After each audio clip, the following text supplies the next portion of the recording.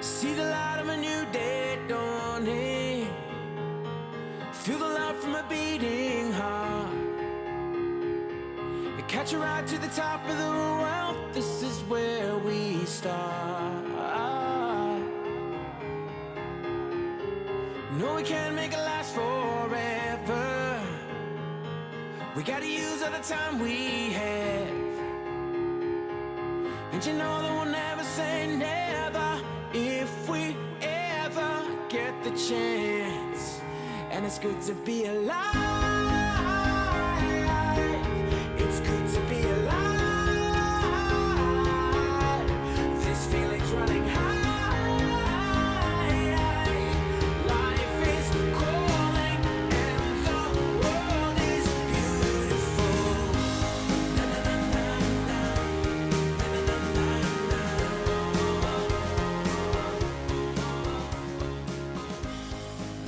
One with a horse is kind of completely different with every other animal. I've worked with plenty of other animals, but a horse is just completely different. It's amazing because horses are completely wild animals. They've minds of their own. They're like, what weight are they? Half a ton, over a ton, certain ones, and it's this animal like you ride on its back and all the certain other bits of it. But they just run around, they'll follow you around, they'll be like, they're big babies or big children that you need to look after. And they're just so happy to be around you and they're so loving and caring, stuff like that. So even though they are so big and they could kill you with one kick and stuff like that, they'll still just run around and nuzzle you and all the rest of it. But yeah, it's amazing.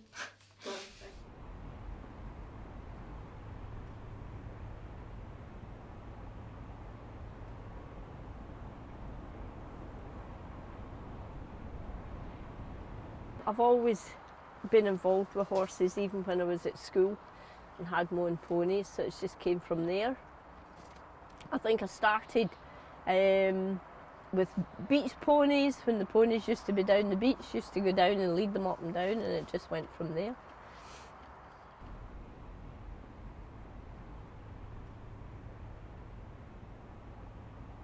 My first experience was when I was around 2 or something like that. My first ever word was mine. So essentially I went up to horses. And I'd be running around all these horses, obviously safely, I wouldn't be just running up behind them or anything like that. But and I'd wrap my arms right around their muzzles, or their legs, whatever I could get, and I'd just be like, mine, mine. Loved being around them since I was born, basically.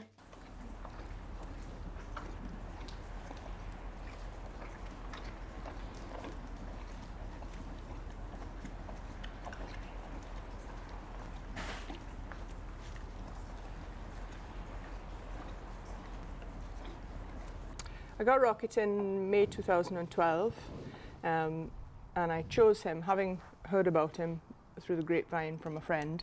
I chose him really after I went down to spend a day with him because he seemed to be a horse that I'd be able to ride and do lots of different things with, but who would also be amenable to having a relationship with.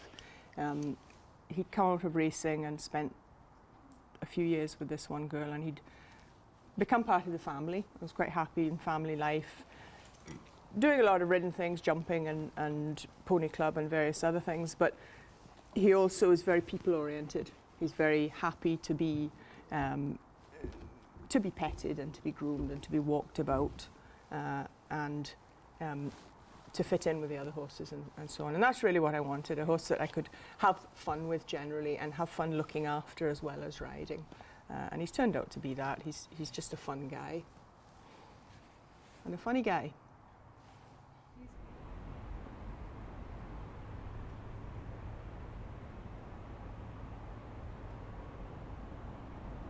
There we go.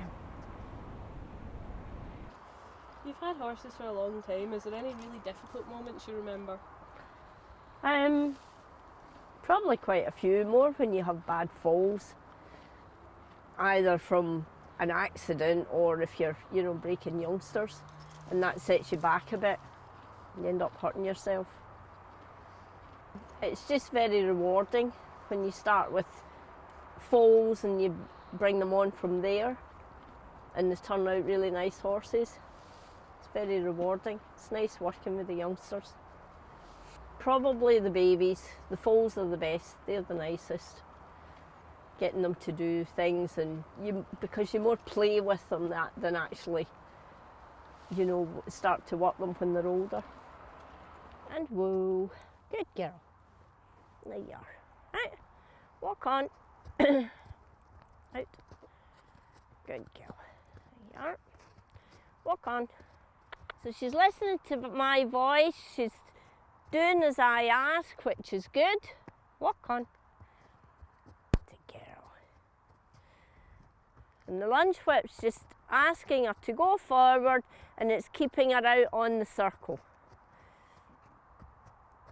There we go. Right, so girth's okay because you don't want the saddle slipping and moving underneath. Right, so Chloe's got her reins, so she's got control, I've got control, and hopefully she'll just stand nicely. Right, so 1, 2, 3, just lie over her. Right, give her a wee pat on the other side, Chloe. That's it, keep her out. Walk on. Good girl, that's better. Good girl. Good girl. Right, and you halt when you're ready, Chloe. Whoa. Good. Walk on again. Right, now we'll get off nice and quietly, Chloe. So both feet out your stirrups. Good. Clever girl. She's a good girl. Hey, good girl.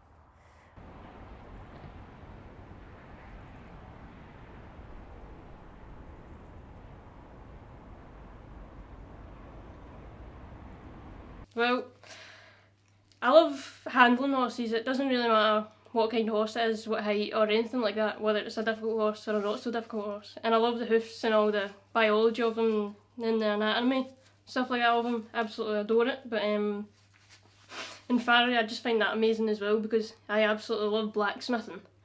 So, and I really enjoy it. So it was kind of like two passions melded into one. So, and then I wanted to go to the best college I could go to, and the one down here isn't too highly recommended of, so I went down to the National School of Blacksmithing in England to learn over there. So.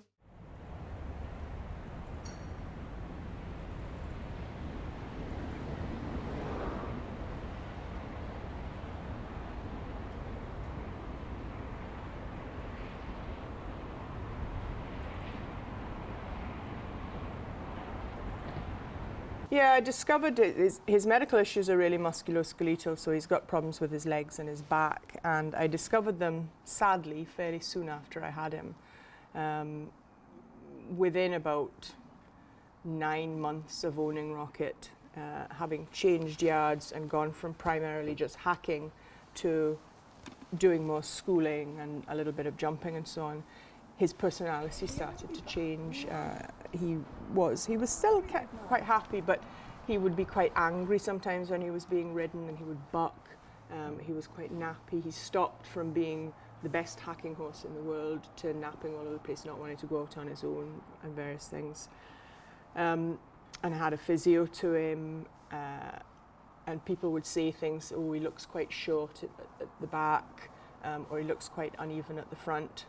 Eventually, I had to get somebody out to look at him, and he was lame in his forelimb, and that was being investigated.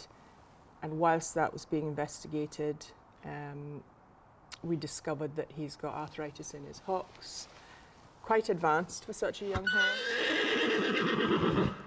And that he has a condition called kissing spines in his back, which is probably the seat of his anger, because his back really hurts if you sit on him. With all the tests that have been done, we still don't know what the lameness in the front leg is, and that's frustrating because we could do something about the other problems, but we can't fix that if we don't know what it is. So that's how we found out about it, and that was all in between the summer and autumn of 2012. So he's really been out of work since then. 2013, sorry. So he's really been out of work since then. It's pretty devastating, really. It was fairly unpleasant.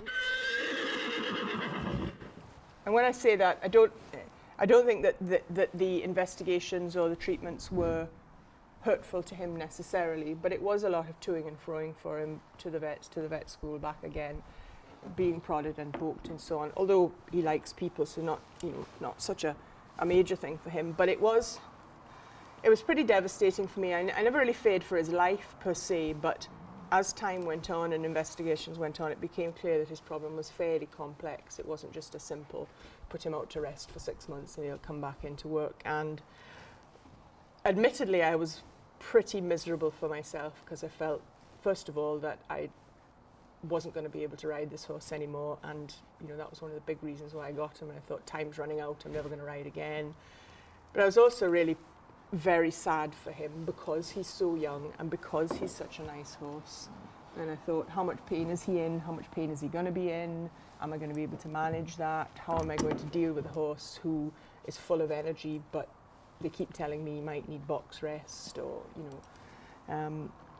so I was fairly crushed for both of us. The actual doing of it wasn't so bad, but it was the culmination of everything coming to that point and finally admitting we're probably going to have to retire him.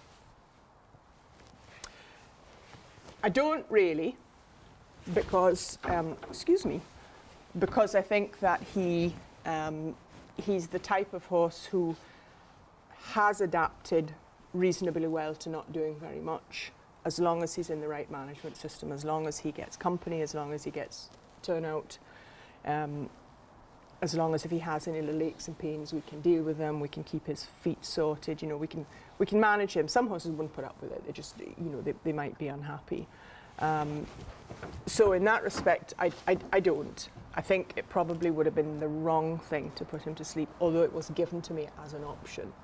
And I can see why it was given as an option, because it is, it's maybe hard on a horse. He's only 12. It's going to be a long time doing nothing if he keeps doing nothing forever. And it's expensive to feed a horse that you can't do very much with. But no, on balance, I think he's got enough quality of life that he should be allowed to continue.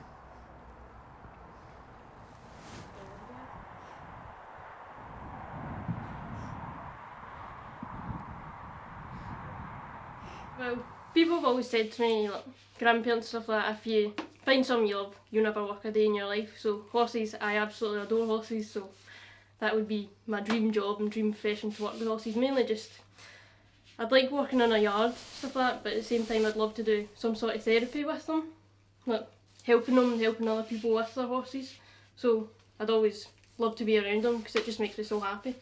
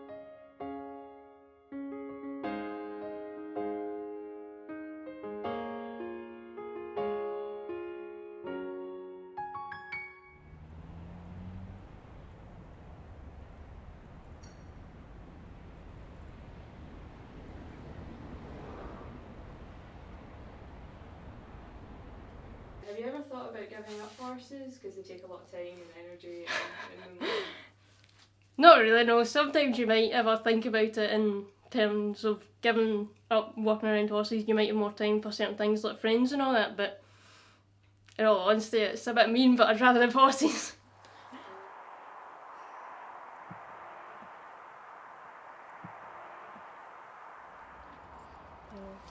Have you had to make any sacrifices in order to keep your own horses? Probably. Lots. You spend money on the horses, so you don't spend money on yourself. You do without certain clothes and things like that, so you can feed your horses.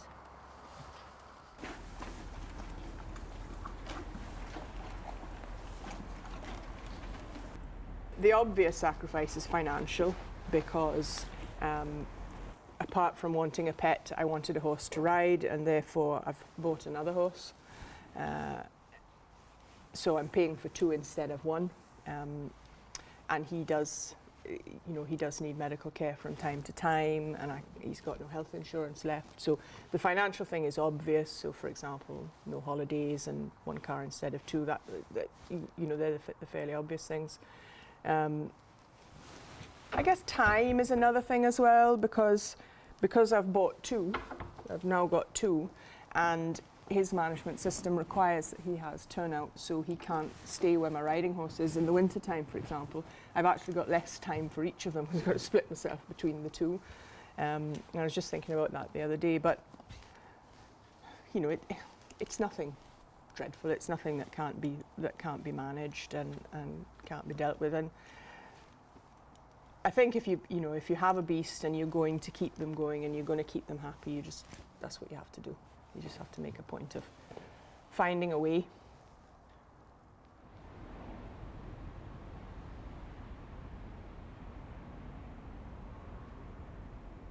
A little farrier who didn't work out for you, are you still considering working with them as a profession? Yeah, of course, I absolutely adore them. I couldn't imagine life without them, so.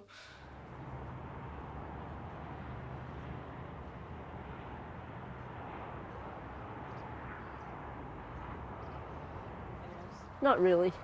No, I think I'll just stick with the horses. We shine like stars.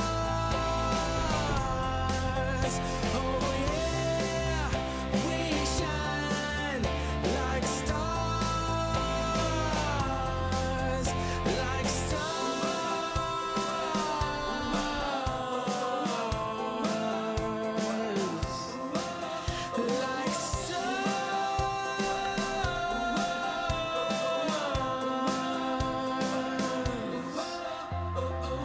What are we waiting for? It seems we still want more. No one can take away the dreams we have today. Yeah, you can go with the flow, don't you see? Don't you know there's a light, let it burn inside you? You can shout, let it out, not a care, not a doubt. This is it, let the moment guide you. I want you to know. Oh yeah, we shine like stars. Oh yeah, we shine like stars, like